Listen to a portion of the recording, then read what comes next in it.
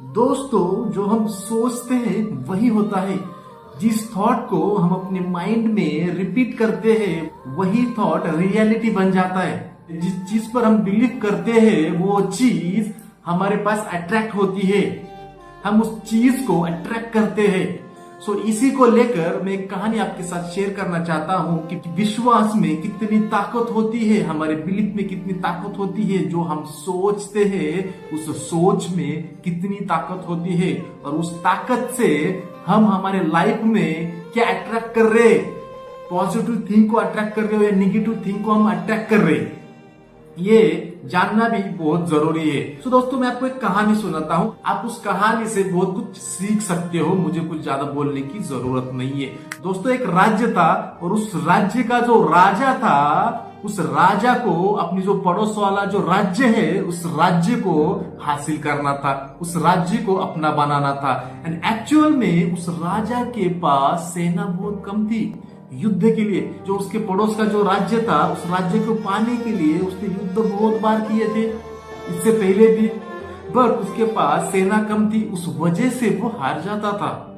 और इस बार उसने सोचा कि मुझे वो राज्य को पाना है, मुझे उस पर कब्जा करना है, मुझे उस राज्य का भी राजा बनना है। उसने ठान लिया मुझे उस राज्य का राजा बनना ही मतलब बनना है। उसने मुखिया को बुलाया और मुखिया से कहा कि मुखिया जी, हमारे पास तो सेना कम है और पड़ोसों वाला जो राज्य है उस राज्य में हमारे से 3 गुना सेना ज्यादा है। तो मुझे ये बताइए कि हम हमारे सेना को कैसे ट्रेन कर सकते हैं कि वो राज्य हम हासिल कर सके। मुखिया ने कहा, महाराज जी, इसके पहले तो हम 3 बार लड़ चुके हैं और 3 बार भी हम हार चुके हैं और उसमें भी हमारे जो कुछ सैनिक थे वो मारे गए और अभी तो कुछ ही सैनिक हमारे पास बचे हैं राज्य को संभालने के लिए। और अब हम उस राज्य पर अटैक करेंगे तो जितने भी हमारे पास सैनिक है वो भी मारे जाएंगे, हमारे पास कुछ बचेगा ही नहीं।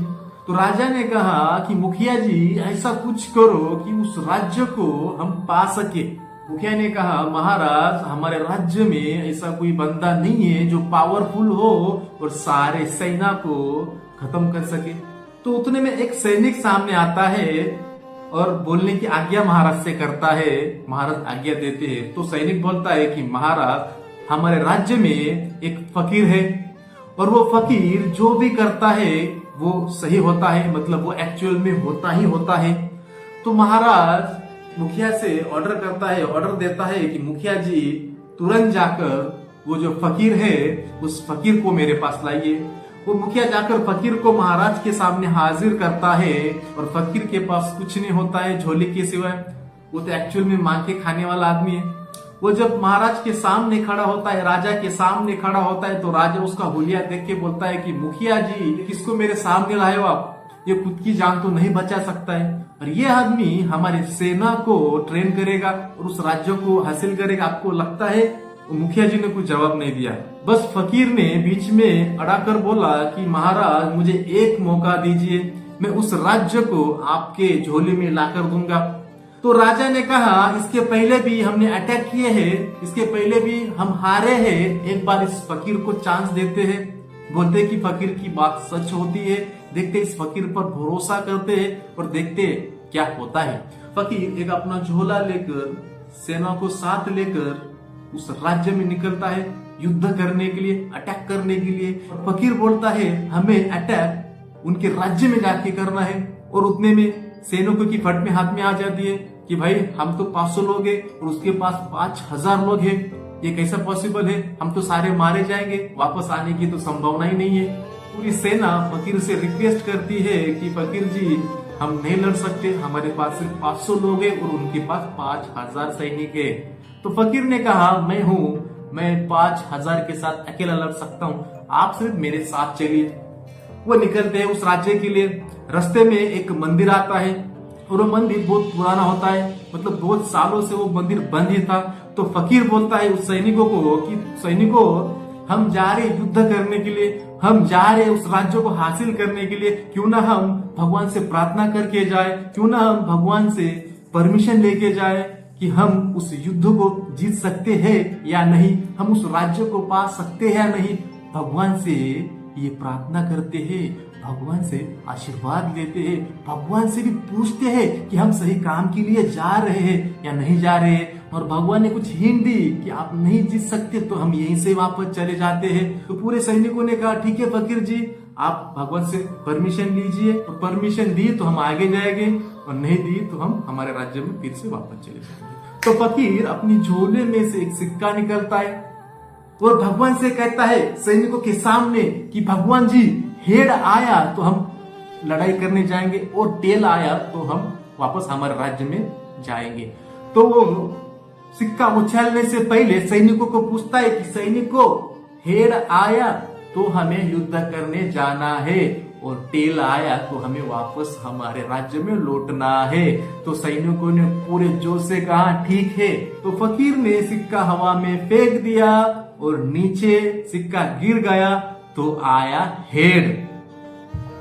तो फकीर ने कहा सैनिकों, भगवान की भी इच्छा है कि वो राज्य हमें मिले, और मैं आपको पूरी गारंटी देता हूं, इतना मशहूर टेम्पल है कि यहाँ हर कोई मन्नत पूरी होती है, और मुझे पूरा विश्वास है कि ये मंदिर, ये टेम्पल हमें उस राज्य को हासिल करने में मदद करेगा, ये भगवान हमें उस राज्य को हासिल करने में मदद करेगा।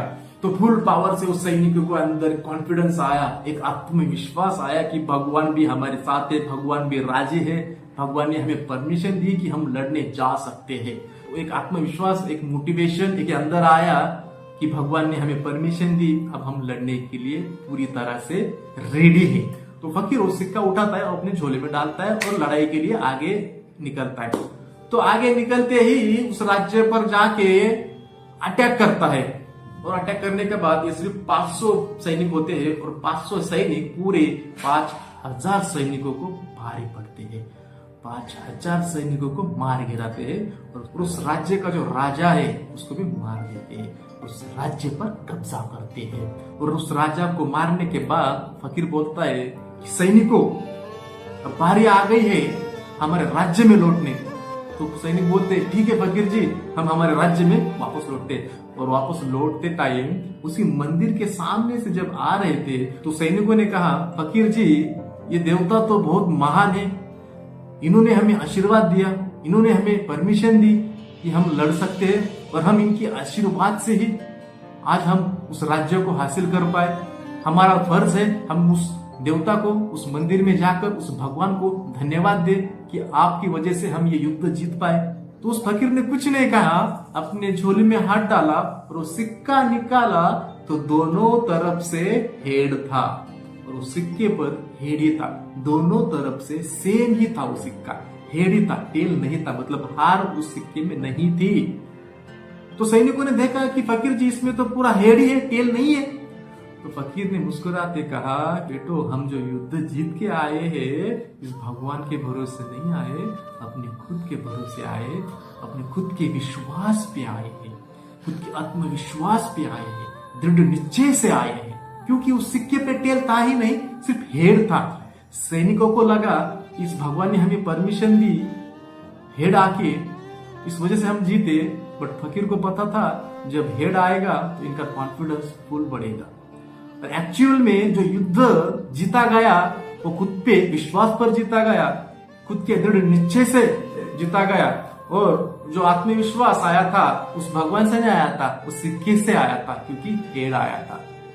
सैनिकों को लगा कि भगवान ने हमें परमिशन दी, आज्ञा दी, आप जाके लड़ो। So moral of the story दोस्तों ये होती है कि हम जो सोचते हैं वही होता है, जो विचार को हम हमारे माइंड में डालते हैं वैसे हमारी बॉडी रिएक्ट करती है।